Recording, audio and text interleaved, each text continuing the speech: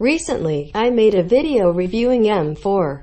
I criticized the low prize pool and the fact Europe has still not been given a spot. Today, I shall share my vision of how would I handle the M4 World Championship. Let's go!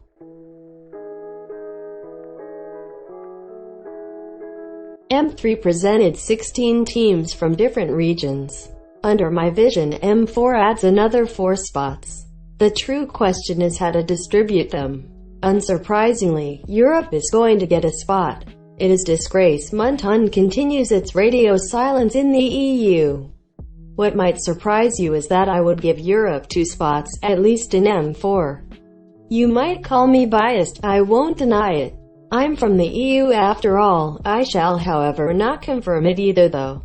Europe has around 26 nations with almost 800 million people. I say 2 spots are more than appropriate for such a vast region. Sure, the USA did finish 3rd, then again, Burmese ghouls finished 2nd and Myanmar still got only 1 spot for M4 as well. If I have to pick between Canada, USA or 26 independent countries with 800 million people, well, I choose Europe. This tournament should have been a stepping stone for the westward expansion. I'm already hearing positive news regarding the MLBB North America esports. Yeah, this won't be allowed, like, in the next year when we're going to league format. Like, all the players will be fully vetted. Oh, you know, before the game is done. Listening to Assassin Dave, you can deduce Moonton is planning some sort of content for 2023 on the other side of the Atlantic Ocean. To my defense, Brazil also got 2 spots when their MPL first aired. While I disagreed with the decision before, I repeat, before M3 started, it turned out to be a blessing for Brazilians. MPL Brazil champion Red Canids performed poorly and crashed out in the first round of eliminations. Keedstars on the other hand defeated Onyx Indonesia in the group stage and made their way to the top 8. What I'm saying is that giving 2 teams to Europe might provide us with a better insight into the capabilities of the region. I say Europe can be a really strong MLBB region.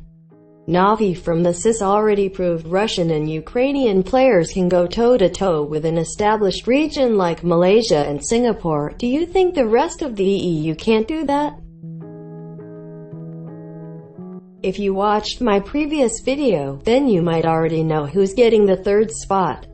That's right, Japan. Japan proved to be an exciting underdog in M1 and M2.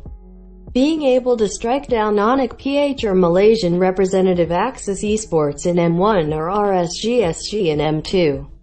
I understand it might be tough to break into the Japanese market.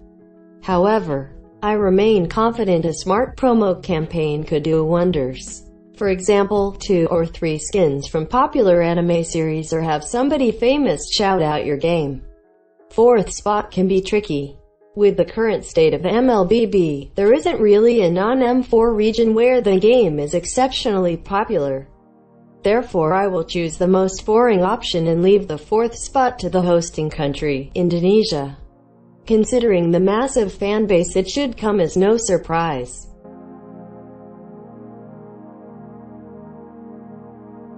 Let's get the easiest things out early. It's going to be a best of 1 with the top 2 teams from each group advancing to the upper bracket. We will stick with 4 groups. At first, I tried to figure out a way to implement the M3 system where every team advances into the playoffs without a need to do separate elimination rounds. Unfortunately, 20 is a dumb number in the tournaments. There are 2 ways that popped into my brain. The absolutely easiest one is to have 4 groups with 5 teams and the worst team of each group gets eliminated. Afterwards, it's the M3 playoff bracket we know. The second solution is definitely longer. Basically, we pick the 2 worst teams in each group and have them fight bad teams from other groups in a best of 3 elimination round. The winner takes a spot in the lower bracket. Personally, I prefer this solution as every team is going to have a proper chance to show what's in them in a BO3 round. Which is much fairer than crashing out because you were nervous the first time on the stage and in a BO1. 1.5 million USD. I have to admit it took me a while to work out the ideal prize pool distribution. I tried to be generous to the unluckier teams whilst keeping the best rewards attractive. You can see every team from 4th place lower has a better percentage while the top 3 teams are doing a bit worse.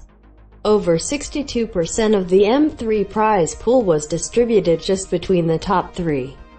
That's unacceptable. Of course the winner should be handsomely rewarded. Sure, there are limits to what can be considered a handsome reward and what is an overkill booty.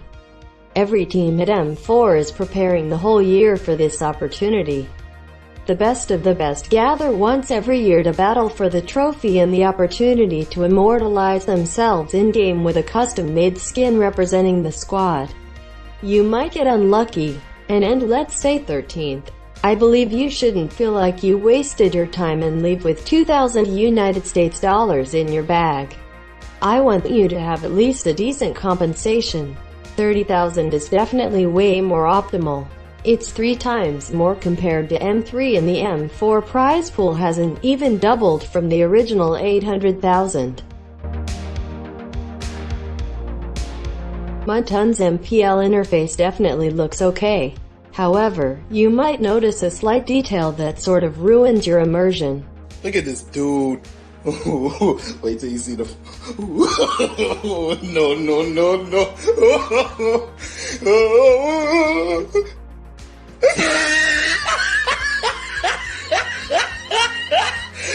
Look at the top of his head.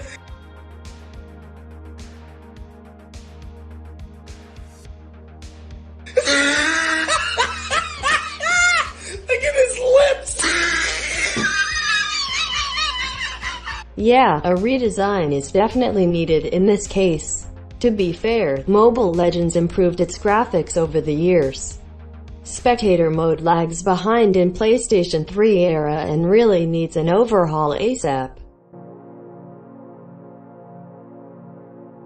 Alright, that's it for the video. I hope you enjoyed it. How would your ideal M World Championship look like? Write in the comments. Have a good day.